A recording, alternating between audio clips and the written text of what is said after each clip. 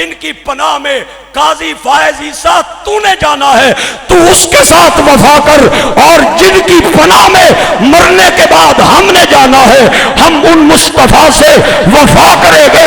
تیرے جیسے ہزاروں نہیں، لاکھوں نہیں، کروڑوں نہیں، اربوں نہیں، چیف جسٹس آئے اور کھڈے لائن لگ گئے۔ قاضی فائز عیسیٰ صاحب نے ایک قادیانی کے خلاف فیصلہ دیا ہے، اور الزام نہیں تھا، جرم تھا تحریف قرآن کا، اور اسے بری کر دیا ہے۔ تحریف قرآن کے الزام میں نہیں، بات ذرا سمجھنا، جرم میں۔ لوگ ہمیں کہتے ہیں مولوی جذباتی ہو جانے، گل نہیں ہونی تھے، میں کیا جذباتی نہ ہونے، جذباتی نہ ہونے، جذبات سے ہٹ کے بات کر رہا ہوں۔ 7 مارچ 2019 ڈیٹ نوٹ کریں، یہ مقدمہ رپورٹ ہوا، اور اس مقدمے کا مدعی بنا پنجاب قرآن بورڈ لاہور۔ یہ سرکاری ادارہ ہے اور سرکار کے زیر انتظام مصروف عمل ہے، اور اس نے دعویٰ کیا، مقدمہ ایک درج کروایا۔ مقدمہ کیا تھا؟ 4 قادیانیوں کے خلاف اور ایک خاتون، امت القدوس اس خاتون کا نام تھا۔ یہ قرآن پاک کا تحریف شدہ تفسیر لوگوں میں تقسیم کر رہے تھے، کھلے عام بانٹ رہے تھے۔ 50 سے 55 بچوں کو انہوں نے تقسیم کی۔ رپورٹ ہوئی، رنگے ہاتھوں گرفتار ہوئے۔ پنجاب قرآن بورڈ جس کی ذمہ داری ہے سرکاری سطح پہ کہ وہ قرآن کے جتنے بھی تحریف شدہ نسخے ہیں انہیں ضبط کرتا ہے، اور چھاپنے والوں کو، بانٹنے والوں کو، وہ قانون نافذ کرنے والوں کے اداروں کے حوالے کرتا ہے۔ یہ ڈیوٹی ہے ان کی، سرکاری ادارہ ہے۔ وہ اس ایف آئی آر میں مدعی تھا، اس ایف آئی آر میں مدعی تھا، اور انہوں نے باقاعدہ اس بات کو پروف کیا، وٹنسز سے، گواہوں سے یہ بات ثابت ہوئی، اور ٹرائل کورٹ میں ان قادیانیوں کے خلاف باقاعدہ طور پہ یہ بات پروف ہونے کے بعد انہیں سزا دی گئی۔ ان میں سے ایک بندہ جیل میں تھا، اور اس کی بات جس وقت پاکستان کی اس عدالت میں آئی، اس ملک کی عدالت میں جو اسلام کے نام پہ بنا تھا، اور اس ملک کے چیف جسٹس صاحب نے فیصلہ یہ دیا، اور فیصلہ دے کے پوری پاکستانی قوم کے سر شرم سے جھکا دی۔ نہ صرف اسے بری کیا بلکہ اپنے فیصلے میں یہ بات درج کی کہ قادیانیوں کو یہ کام کرنے کی اجازت ہے۔ پاکستان میں قادیانیوں کو اس کام کی اجازت ہے۔ آپ ہمیں کہتے ہیں ہم جذباتی ہیں، پاکستان میں غیر مسلم جتنی بھی اقلیتیں ہیں انہیں مذہبی آزادی حاصل ہے۔ میں کہ چیف جسٹس صاحب، فیصلہ دینے سے پہلے آپ آئین پاکستان پڑھ لیتے، تعزیرات پاکستان دیکھ لیتے۔ پاکستان میں تمام اقلیتوں کو آزادی ہے، میں مانتا ہوں، لیکن قادیانی غیر مسلم اقلیت نہیں ہیں۔ یہ اپنے آپ کو نہ اقلیت مانتے ہیں، نہ غیر مسلم مانتے ہیں، یہ مسلمان مانتے ہیں۔ آئین میں یہ بات درج ہے کہ یہ اقلیت نہیں ہے، کیونکہ یہ اپنے آپ کو اقلیت نہیں مانتے، یہ اپنے آپ کو مسلمان ڈکلیئر کرتے ہیں، یہ غیر مسلم تسلیم نہیں کرتے۔ فیصلہ دینے سے پہلے کم از کم آئین پاکستان دیکھ لیتے۔ آپ اتنی بڑی کرسی پہ بیٹھ کے اتنے غیر ذمہ دارانہ فیصلے دے کر پاکستانیوں کی روح لرزائیں گے اور اسلام کی روح کے خلاف یہ فیصلے دیں گے، اس بات کی توقع آپ سے بالکل نہیں تھی، قطعا نہیں تھی۔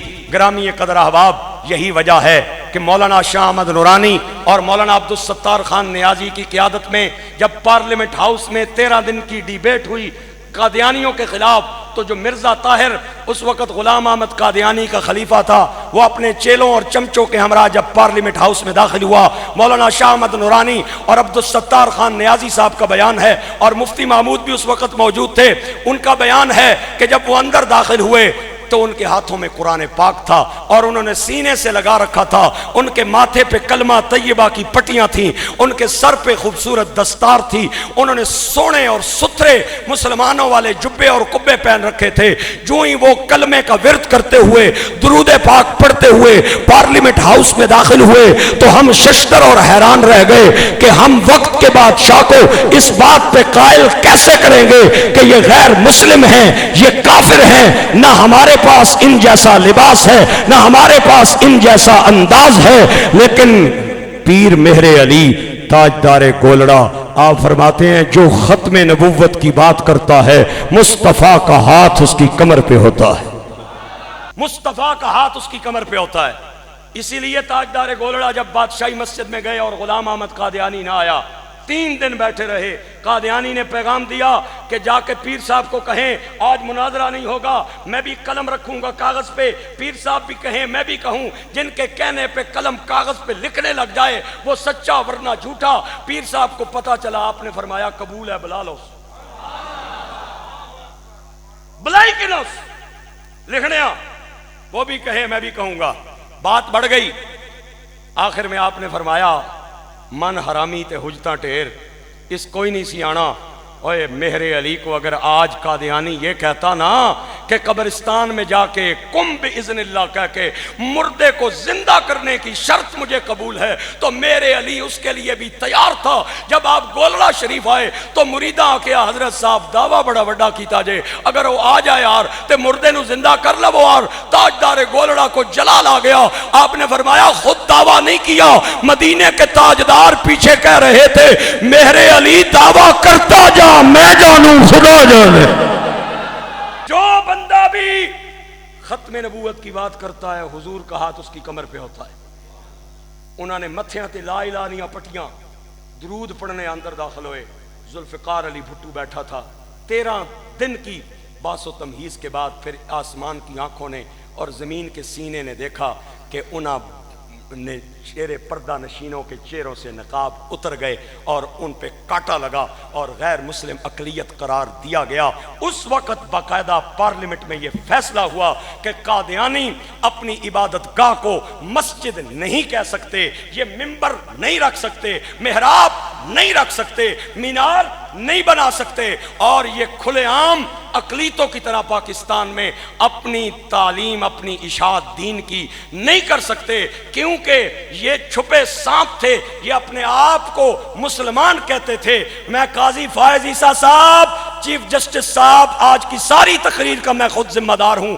آپ نے ہتھکڑی لگانی ہے لگائے، آپ نے گولی مارنی ہے مجھے مارے، میری نوری مسجد کی انتظامیہ میری کسی جملے کی ذمہ دار نہیں ہے، جو ہوتا ہے دیکھا جائے گا۔ آپ یہودیوں اور عیسائیوں سے اگر وفا کریں گے، ہم مدینے کے تاجدار سے وفا کریں گے۔ میں ریسپانسیبل ہوں اپنی تمام سٹیٹمنٹس کا، اپنے تمام جملوں کا۔ آپ نے جو کرنا ہے وہ میرے ساتھ کر لیں، میری کوئی مسجد انتظامیہ اس میں میرے ساتھ نہیں ہے۔ بات حضور کی عزت کی ہے، بات حضور کی محبت کی ہے۔